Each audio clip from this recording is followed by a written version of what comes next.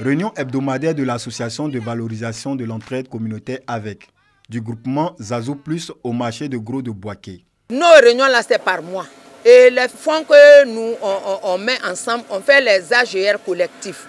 Souvent on va payer le riz au champ et puis on vient étuver ensemble et puis on vend.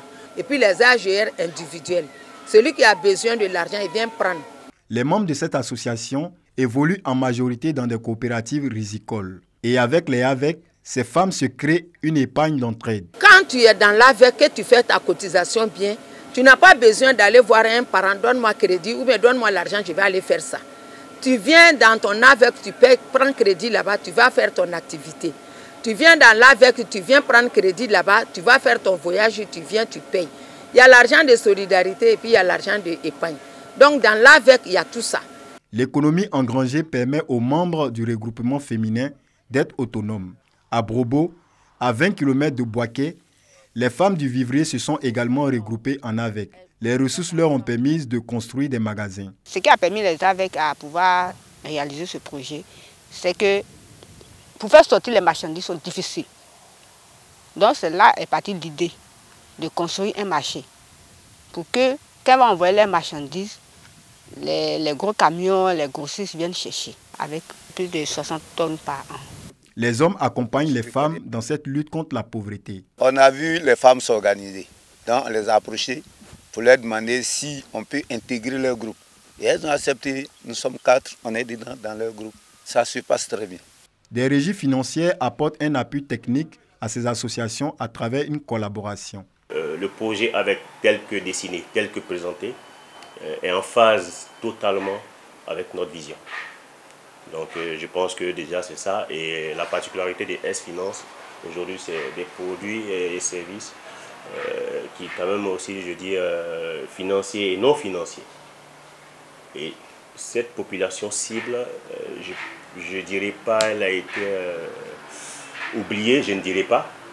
Mais nous sommes une institution qui, certes, toute institution, nous avons les mêmes vocations, l'épargne, le crédit et bien d'autres. Mais S-Finance, c'est une touche très très spéciale. Nous, on s'adapte aussi, bien sûr, on a une politique qui s'adapte énormément à cette population. Notamment celles qui sont défavorisées, celles qui ne sont pas bancarisées du tout. Le ministère de la Cohésion nationale, de la solidarité et de la lutte contre la pauvreté accompagne ces associations dans la politique d'autonomisation de la femme, d'où des formations initiées à leur endroit. On a eu à faire des formations sur les mesures d'inclusion économique qui sont un ensemble de batteries de formations que l'État met à la disposition des AVEC. Donc nous, notre rôle, c'est d'accompagner les AVEC dans la formation.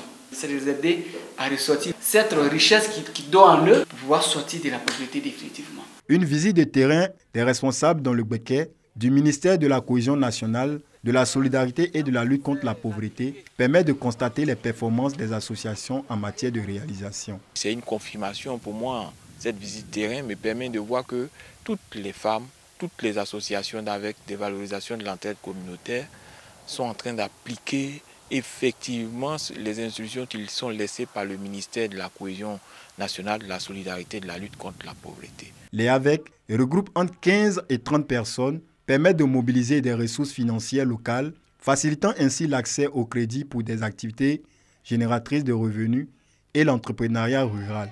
Favorisent également la cohésion sociale à travers l'entraide communautaire. Les AVEC se veulent ainsi un outil de lutte contre la pauvreté.